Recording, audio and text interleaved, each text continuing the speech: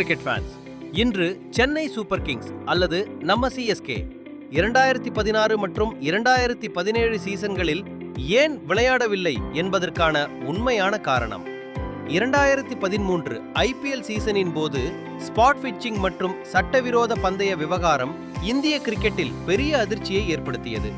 இந்த விவகாரத்தில் ராஜஸ்தான் ராயல்ஸ் அணியைச் சேர்ந்த சில வீரர்களும் சிஎஸ்கே அணி நிர்வாகத்துடன் தொடர்புடைய சிலரும் விசாரணைக்கு உட்படுத்தப்பட்டனர். அதில் முக்கியமாக பேசப்பட்ட பெயர் குருநாத் மெய்யப்பன்.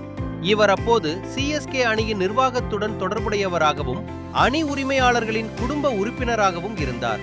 விசாரணையில் அவர் ஐபிஎல் போட்டிகள் குறித்து சட்டவிரோத பந்தய நடவடிக்கைகளில் ஈடுபட்டதாக குற்றச்சாட்டுகள் எழுந்தன.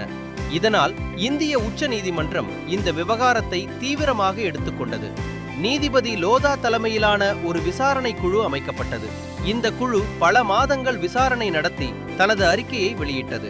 2015ஆம் ஆண்டு லோதா கமிட்டி முக்கியமான தீர்ப்பை வழங்கியது. அதன்படி சென்னை சூப்பர் கிங்ஸ் மற்றும் ராஜஸ்தான் ராயல்ஸ் ஆகிய 2 அணிகளும் 2 ஆண்டுகள் ஐபிஎல் போட்டிகளில் இருந்து இடைநீக்கம் செய்யப்பட வேண்டும் என்று அறிவிக்கப்பட்டது. கவனிக்க வேண்டிய விஷயம் என்னவென்றால், சிஎஸ்கே அணி வீரர்கள் எந்த தவறும் செய்தார்கள் என்று கூறப்படவில்லை. தோனி, ரெய்னா, ஜடேஜா போன்ற வீரர்கள் மீது எந்த குற்றச்சாட்டும் இல்லை. ஆனால் அணி நிர்வாகத்துடன் தொடர்புடைய நபர்களின் செயல்பாடுகளுக்காக அணிக்கு தண்டனை வழங்கப்பட்டது. அதன் காரணமாக 2016 மற்றும் 2017 ஐபிஎல் சீசன்களில் சிஎஸ்கே பங்கேற்க முடியவில்லை. அந்த 2 ஆண்டுகளுக்கு பதிலாக ரைசிங் புனே சூப்பர் ஜெயண்ட் மற்றும் குஜராத் லயன்ஸ் என்ற புதிய அணிகள் ஐபிஎல் விளையாடின. 2 ஆண்டுகள் தடை முடிந்த பிறகு 2018இல் சிஎஸ்கே மீண்டும் ஐபிஎல்க்கு திரும்பியது. அதுவும் சாதாரணமாக அல்ல. மகேந்திர சிங் தோனி தலைமையில் சிஎஸ்கே 2018 ஐபிஎல் கோப்பையை வென்று நாங்கள் திரும்பி வந்துவிட்டோம் என்று உலகம் முழுவதும் இருக்கும் ரசிகர்களுக்கு நிரூபித்தது. இன்று சிஎஸ்கே ஐபிஎல் வரலாற்றில் மிகவும் வெற்றிகரமான அணிகளில் ஒன்றாக இருக்கிறது.